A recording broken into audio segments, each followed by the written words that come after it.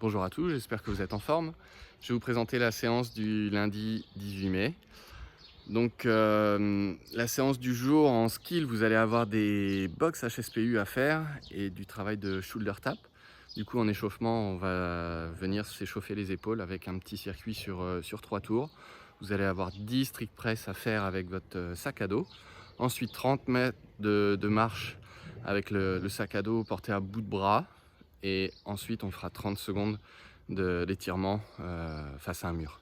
Je vais vous montrer ça tout de suite. Donc, ici, avec votre sac à dos, vous allez le tenir ici en front rack, d'accord? On va serrer abdominaux et fessiers et vous allez venir ici presser le sac à dos au-dessus de votre tête, d'accord? Et on redescend. On fait ça 10 fois. On essaye à chaque fois de bien verrouiller les bras, d'accord? On pousse pas vers le plafond ou vers le ciel. Ensuite, on va tenir ici le sac à dos à bout de bras tendus ici, et vous allez marcher donc pendant 30 mètres.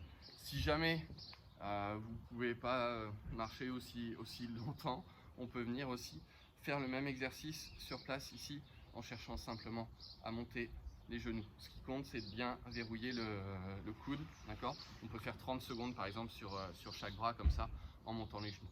Une fois que vous avez fait ça, on va venir faire 30 secondes d'étirement ici face au mur. On va mettre les mains à peu près à hauteur des épaules ici et on va venir pousser les hanches en arrière et engager le buste entre les bras. D'accord? On remonte ici et on repart. On fait ça 30 secondes. Ok? Une fois que vous avez fait ça, on va pouvoir passer à la partie skill. Donc, pour le skill ici, c'est du renfort aujourd'hui. On a 4 tours à faire. Vous allez avoir entre 6 et 10 HSPU avec les pieds surélevés sur une box, sur une chaise, sur votre canapé. Ensuite, on aura 10 shoulder tap. Même chose, vous pouvez éventuellement garder vos pieds surélevés ou alors venir les faire en position de planche au sol. Et pour le dernier exercice, vous allez avoir entre 10 et 14 hollow rock. Ok, on est parti pour la démonstration. Alors, pour les box HSPU, ici, on va ramener les mains sous les épaules. On essaie d'avoir le buste, les épaules pardon, sous les hanches, le buste le plus droit possible. On va venir avancer la tête par rapport aux mains ici pour former un triangle et on va pousser et engager ici. D'accord? Donc on fait ça entre 6 et 10 fois. Une fois que vous avez fait ça, vous pouvez venir faire des shoulder taps ici. Si c'est trop difficile sur la box, on va pouvoir venir le faire ici en position de planche. D'accord? En restant bien en position de hollow. Donc deux options ici pour le deuxième exercice. Et ensuite, on va venir faire des hollow rocks entre 10 et 14 répétitions. Hollow rocks ici, vous allez démarrer allongé au sol, les bras si possible tendus au-dessus de la tête. On va venir engager et décoller les omoplates du sol, décoller les pointes de pied. On va pousser les talons dans le sol ici pour venir se relever. D'accord? Entre 10 et 14 répétitions pour ce dernier mouvement là. À chaque fois, sur les tours, vous allez pouvoir prendre une minute 30 de récupération entre chaque tour. Ok, on va se mettre en place maintenant pour le WOD. Donc le WOD, c'est autant de tours que possible sur 14 minutes. Vous avez 30 kettlebell swing à faire et 600 mètres de course à pied. Si vous n'avez pas la possibilité de courir, vous pouvez remplacer la course à pied par des burpees.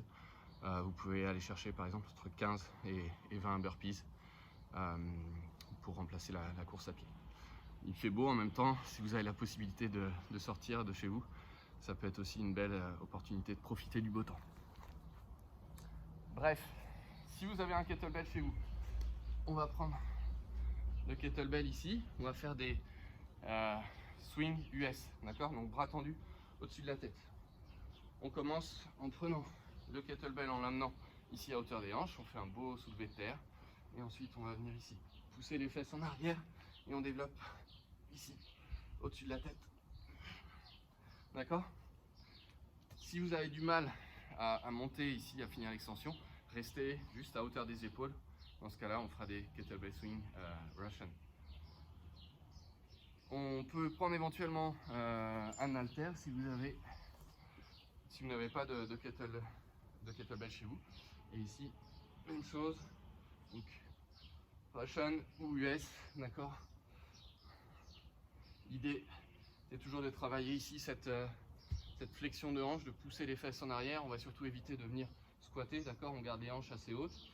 Et là, on pousse les talons dans le sol, on finit bien l'extension de hanche pour envoyer le poids au-dessus de sa tête. Dernière option, si vous n'avez rien de tout ça, on peut faire le mouvement avec un sac à dos. Par contre, restez dans ce cas-là juste à hauteur des épaules, parce que sinon le sac à dos au-dessus de la tête, ça, comme c'est pas très rigide, ça tient pas très bien, d'accord. Donc on va venir ici, pousser les fesses en arrière, et ici on va simplement chercher à monter le poids au-dessus des épaules, à hauteur des épaules, d'accord. Et même chose, donc on va en faire 30 ici. Et vous allez alterner ça avec soit de la course à pied ou soit des burpees, suivant l'option que vous aurez choisie. Voilà, j'espère que cette séance vous plaira et je vous dis à très bientôt.